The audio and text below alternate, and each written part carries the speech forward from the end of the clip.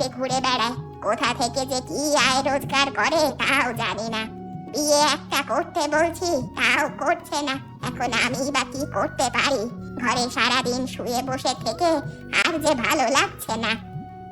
ভালো হয়েছে আপনি চলে এসেছেন। মাঝে মাঝে মন আর শরীর খারাপ লাগলে চলে আসবেন। আমরা তো 3 বোন, ঘরে কোনো গুরুজনই নেই।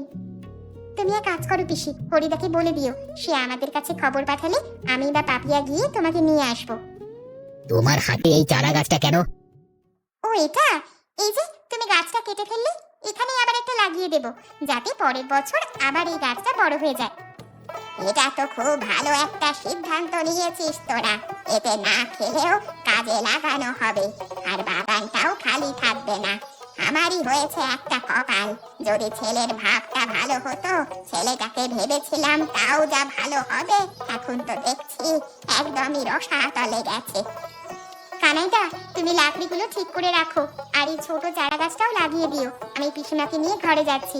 উনি বুড়ো মানুষ, আর কতক্ষণ এই শীতে দাঁড়িয়ে থাকবে। পাপিয়া, তোর কানাইদাকে খাবারটা দিয়ে যা।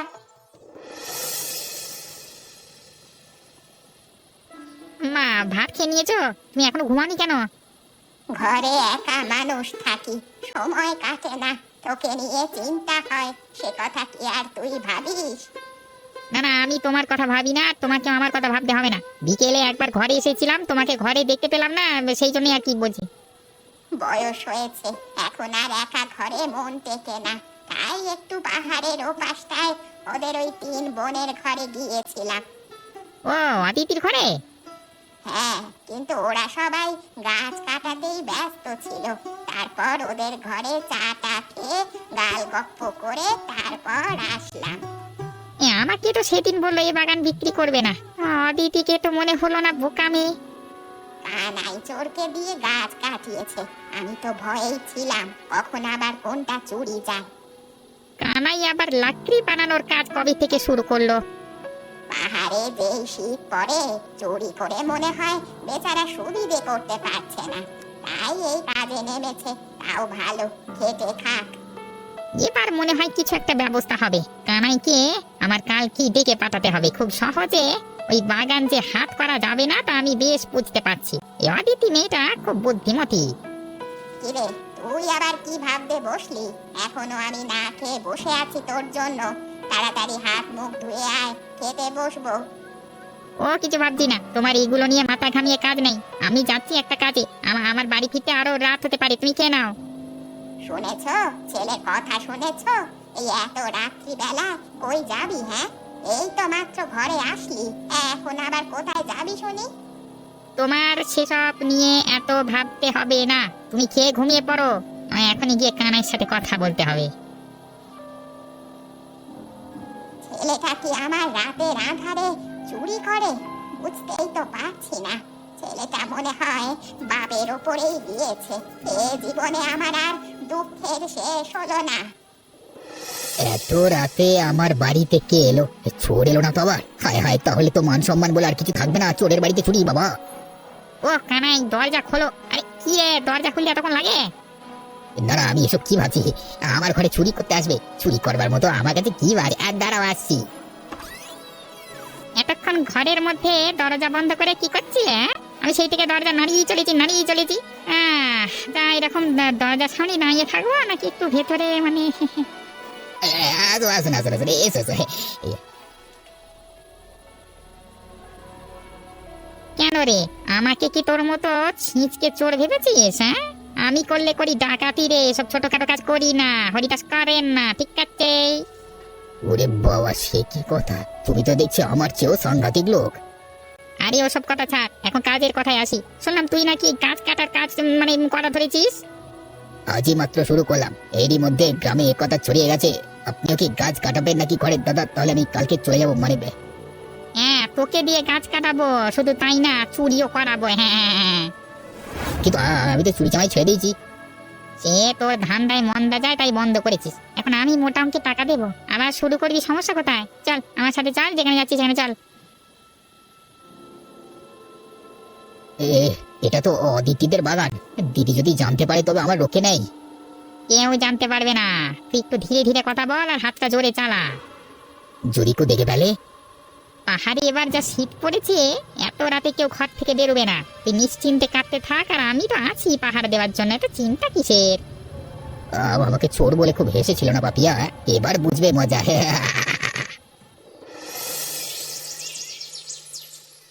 ও দিদি, থামো না, এখন অন্তত কান্নাটা থামাও, না হলে যে তুমি অসুস্থ হয়ে পড়বে।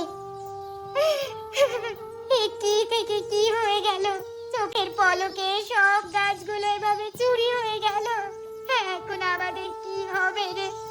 কোথায় পাবো সারা বছরের লাকড়ি? আমরা তো শীতে জমে মারা যাব।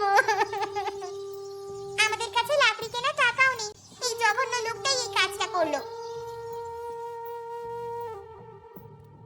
কি রে, তোদের আবার কি হয়েছে? তিন বোন মিলে কান্নাকাটি করে একাকার করেছিস যে। আর বলো না পিসিমা, জানি না কি বা কারা আমাদের বাগানের সব গাছ কেটে নিয়ে চলে গেছে। সে কি কাণ্ড! দিনে দুপুরে এই কাজ কারা করলো? দিনে নয় পিসিমা, এই কাজ রাতেই হয়েছে। তা তোরা সব কি করছিলি, টের পাসনি? শীতের রাতে দরজা জানলা শক্ত করে আটা থাকে, বলা তো যায় না কখন তুষারপাত হয়। সারাক্ষণ সেই ভয় থাকি, কখন যে এই ঘটনা ঘটে গেল। আমার এটাই আফসোস হচ্ছে এটা ভেবে যে আমি একটু টেরও পেলাম না। আমার মনে একটা সন্দেহ দানা বেঁধেছে। তোদের সাথে বললে তোরা তিন বোন যা বুদ্ধিমতী আছিস, কিছু একটা সমাধান নিশ্চয়ই বের করতে পারবি, এটা আমার বিশ্বাস। তুমি আবার কি সন্দেহ করলে পিসি? অনেক দিন ধরেই আমার ছেলে হরিকে আমি দেখছি কোথা থেকে যেন কাঠ জোগাড় করে আনে, ঘরে নিত্য নতুন লাকড়ি। আবার কখনো কখনো দেখি বাইরে থেকে আসলে ওর পোশাকেও কাঠের গুঁড়ো লেগে থাকে। মানে তুমি কি বলতে চাচ্ছ হরিদাই কাঠ পাচারের কাজ করে?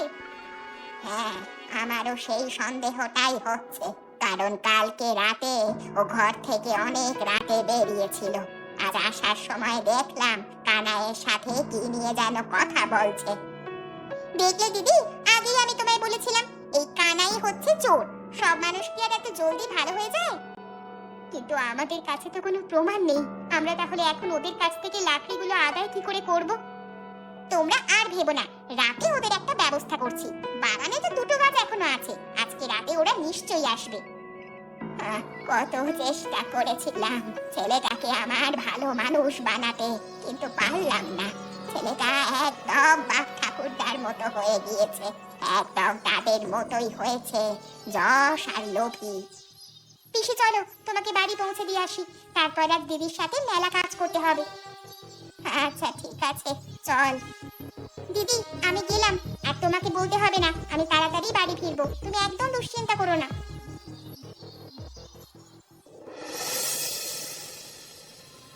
ভাবিয়া, নড়াচড়া করিস না, একদম শব্দ করিস না, খালি একবার ফাঁদে পা দিক, তারপর ব্যাটাদের বোঝাচ্ছি মজা। দেখেছো দিদি, পিসির সন্দেহই ঠিক ছিল, এই কাজ কানাই আর হরিদাই করেছে। আমি ভেবেছিলাম কানাই হয়তো ভালো হয়ে যাবে, কিন্তু কানাই যে এই কাজ করবে সেটা আমি ঘুণাক্ষরেও ভাবতে পারিনি। এখন দেখতে দাও ওরা ঠিক কি কি করে দেখি। ওরে ওরে, এই কি হলো রে? ওরে বাবা! এই বোকা কোথাকার, চিৎকার করিস না, আরে লোকজন জেনে যাবে আমাদের চুরির ব্যাপারে। বেঁচে না থাকলে জানলেই বা কি, না জানলেই বা কি, কোথায় আছো? আমাদেরকে বাঁচাও, আমি আর জীবনে চুরি করবো না। চলো দিদি এখন যাই, খুব মজা হবে। না, যেতে হবে না, ওরা ওখানেই পড়ে মরুক। নারী, এ কথা হয় না তোদের। একজন মানুষ কিভাবে ফেলে রাখা যায় না, তার উপর পাহাড়ের চেয়ে বরফ পচে শুনছি কাল নাকি আবার শৈত্য প্রবাহ হবে, তুষারপাত হতে পারে অনেক, ওরা তো তাহলে মরেই যাবে। বুঝেছি দিদি, তুমি এখন ওদেরও বাঁচিয়ে ছাড়বে, চলো তাহলে। দিদি গো, আবার ভুল হয়ে গেছে, আমি আর এমন করবো না, আমি সত্যি ভালো যাবো দিদি। ও দিদি, হয়েছে, তোমাকে আর দিব্যি কাটতে হবে না। কিন্তু আমি কিন্তু কিছু জানি না, সবাই আমি শুধু পথ দিয়ে যাচ্ছিলাম, তখন এই ফাঁদে পড়ে গেলাম, আমি কিছু জানি না সব। মিথ্যে মিথ্যে দিদি, আমি আমি আমি ওনার কথা দিয়ে তোমাদের বাগানে চুরি করেছিলাম। এই একদম চুপ, একটা মিথ্যা কথা বলবি না। দেখো, তোমরা চোরের কথা বিশ্বাস করো না। হ্যাঁ, তোমরা তোমাকে চেনো আমি কেমন। হ্যাঁ হ্যাঁ হ্যাঁ, সে বেশ ভালো করেই জানি। এখন উঠে আসেন, তারপর সকালে আপনাদের বিচার হবে। না, এমন কিছু করো না, আমাদের মাফ করে দাও, মাফ করে দাও। হাতটা বাড়িয়ে দিন আর ঝটপট করে উঠে আসো, না হলে তুষার পড়া শুরু হয়েছে। বরফের নিচে চাপা পড়ে এখানে প্রাণ হারাবেন। দিদি, আমি তো ভালো এগিয়েছিলাম, আমাকে হরি দাদা এসব করতে বাধ্য করেছে। হ্যাঁ রে হরি, কানাই না হয় নাম করা চোর, তুই কি করে এই কাজ করতে পারলি? তোকে কি আমি এই শিক্ষা দিয়েছিলাম? হ্যাঁ, আমি বা কি করতাম? আমার কোনো সম্পত্তি রেখে যাননি তো বাবা। মা বৃদ্ধ মানুষ, তাকে নিয়ে আমি কিভাবে সংসার চালাতাম?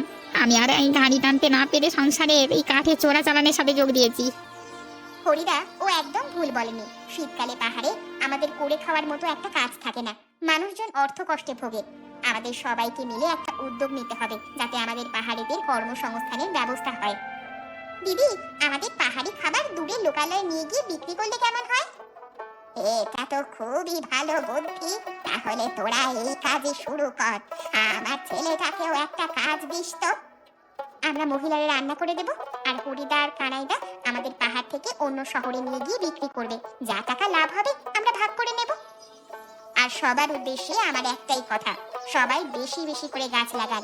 একটি গাছ কাটলে সেখানে দুটি গাছ লাগান, এতে আমাদেরই লাভ। তোমার বুদ্ধির জন্যই আজকে আমাদের পাহাড়ি এলাকার সবাই আশার আলো দেখলো।